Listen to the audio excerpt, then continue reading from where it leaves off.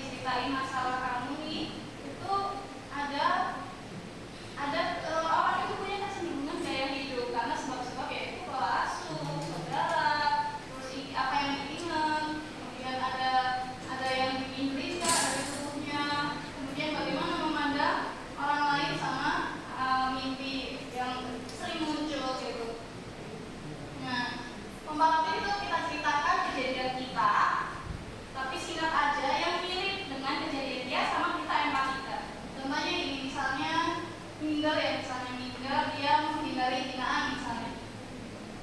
Saya pernah loh, saya bisa ngerasain apa yang kamu rasain. Saya pernah ada di posisi yang kamu rasain sekarang. Pada saat itu saya SMP, dari orang tua nggak ada sangu, akhirnya saya kalau diajak temen buat ke kantin, saya bilangnya puasa. Padahal emang puasa sih, gitu. Tapi daripada saya malu ke kantin terus saya nggak punya uang, nggak bisa makan, ya udah saya milih ke perpus gitu, supaya temen udah nggak ngajak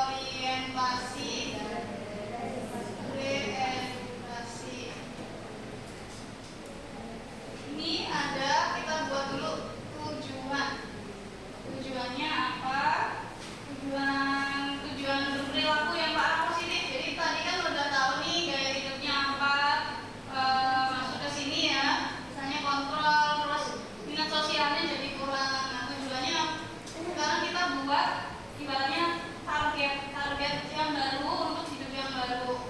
Kalau dia udah kerja, di sini ada bidang pekerjaan untuk memaknai kontribusi sosial. Jadi kerja nggak asal kerja tapi dimaknai saya itu berkontribusi apa di kerjaan itu. Kalau belum ya nggak aktif. Terus communal life and friendship. Ya, untuk menikmati koneksi sosial. Jadi kalau misalnya sama teman-teman diajak hangout gitu ya, misalnya ada perasaan kok saya nggak bisa ya menikmati ya gitu ya, misalnya karena itu tadi kita nggak punya uang gitu. Nggak harus dipaksakan kok, yang penting kamu menikmati, tapi juga jangan menyendiri juga. Cari apa yang kamu suka bidangnya, misalnya sukanya nulis, misalnya ada yang sukanya bidang karya ilmiah, cari komunitasnya apa, lewat ekskul. Nah ketika ketemu sama teman-teman yang sebidang itu akan lebih menikmati, enjoy gitu ya.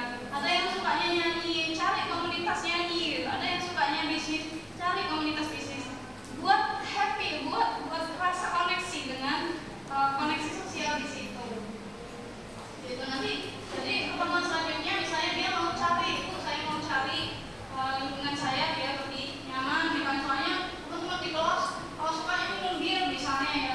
Kalau saya dulu itu ada loh. Biasa gitu ya. Tapi ada memang sekolah yang lingkungannya itu kayak gitu, saya pernah dapetin. Kemudian penerimaan diri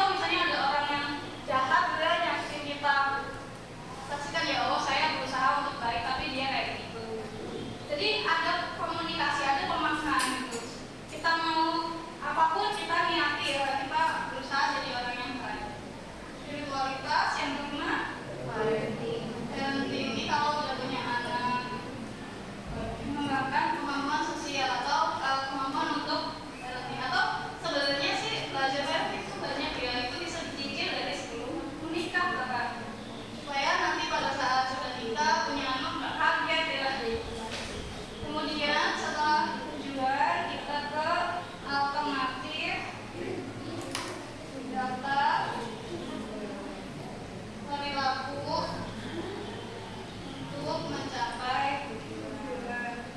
Nah, ini ada macam-macam tekniknya, ada yang pakai iMessage, ini ada di buku, ada acting as if, betul, ada paradoxical invention. Ini semuanya bagus tekniknya.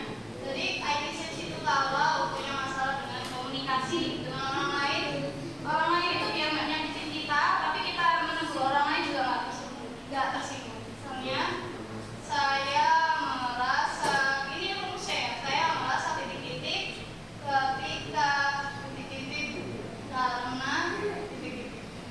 Ada yang lagi sebut sama teman? Ada tentang apa? Temannya apa?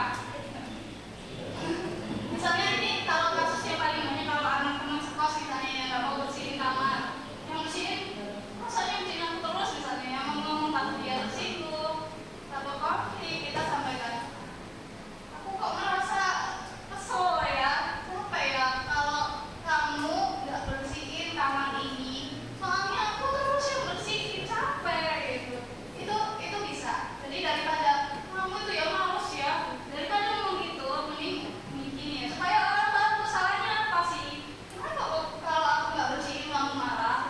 Itu jadi disusunnya gini, saya merasa kesal ketika kamu nggak bersihin kamar, soalnya ya masa aku terus yang bersihin, gantian dong gitu. Itu teknik iMessage. Kalau masalahnya dia kesulitan komunikasi. Kalau masalahnya adalah dia perilaku sehari-hari minder misalnya ya, maka ini bisa pakai acting as if atau perilaku yang kurang mendukung ya dalam sehari-harinya. Acting as if itu bisa dengan cara misalnya gini, coba kamu cari ada nggak film yang pemerannya itu sangat pede, pemerannya itu punya banyak teman. Nah, ada nggak? Belum tahu sih Bu, gitu. Coba dicari dulu. Nah, kita nanti ya buat minggu depan, PR minggu depan gitu. Konselingnya sementara sampai sini dulu gitu. Kalau punya PR cari gitu. Kenapa kok Bu cari film? Ya soalnya nanti tahapannya itu kalau misalnya udah ketemu film apa, pemerannya siapa, namanya siapa, kamu analisis kepribadiannya. Dia bangun tidur ngapain, dia jalan, cara jalannya gimana, cara ngomongnya gimana, cara nongkrong ke orang lain gimana, cara dia interaksi atau menyelesaikan masalah sama teman gimana. Nah, kamu catat di situ. Nanti minggu depan kalau udah ketemu catatannya ya udah ada, sampaikan ke saya. Terus kita latihan buat jadi orang itu. Nah, nanti latihan pada saat minggu selanjutnya latihan jadi orang itu. Setelah itu konseling punya tugas.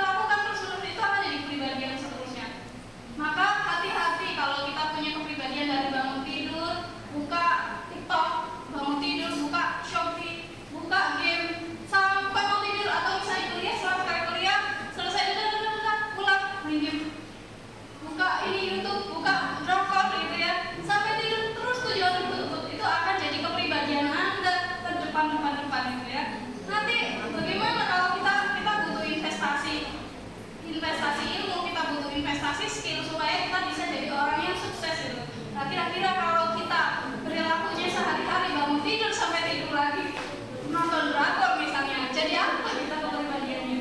Gitu ya. Jadi hati-hati di pola perilaku kita. Maka supaya Anda jadi orang yang nggak minder lagi, cari filometer tadi, terus diterapkan. Nah, nanti 7 hari berturut-turut Anda adalah angel. Sampaikan lagi 7 hari ke depannya ke saya gimana hasilnya ya, perubahannya. Nanti sampaikan juga responnya teman-teman. Biasanya kalau kita lihat teman yang lagi semangat, kita juga ikut semangat ya. Terus kalau teman yang lagi lemes, minder, apa, kitanya juga jadi ikut malas ya. Nah, itu akan mempengaruhi respon pada orang lain. Ini teknik acting essay. Beda lagi dengan teknik paradoxical intention. Ini melawan kebiasaan. Ini biasanya dipakai untuk yang orang bertengkar, mau saudara bertengkar, kakak adik, atau suami istri bertengkar. Tekniknya ini, Anda semua ada di sesi konseling ini, saya beri kesempatan untuk Anda selama 30 menit ke depan, silakan untuk mengeluarkan unek-unek sekeluar-keluarnya, sampai berantem juga silakan. Berantem Bu? Iya berantem gitu. Kan biasanya berantem nih di rumah. Nah sekarang di sesi konseling silakan berantem 30 menit ya. Nah pasti orang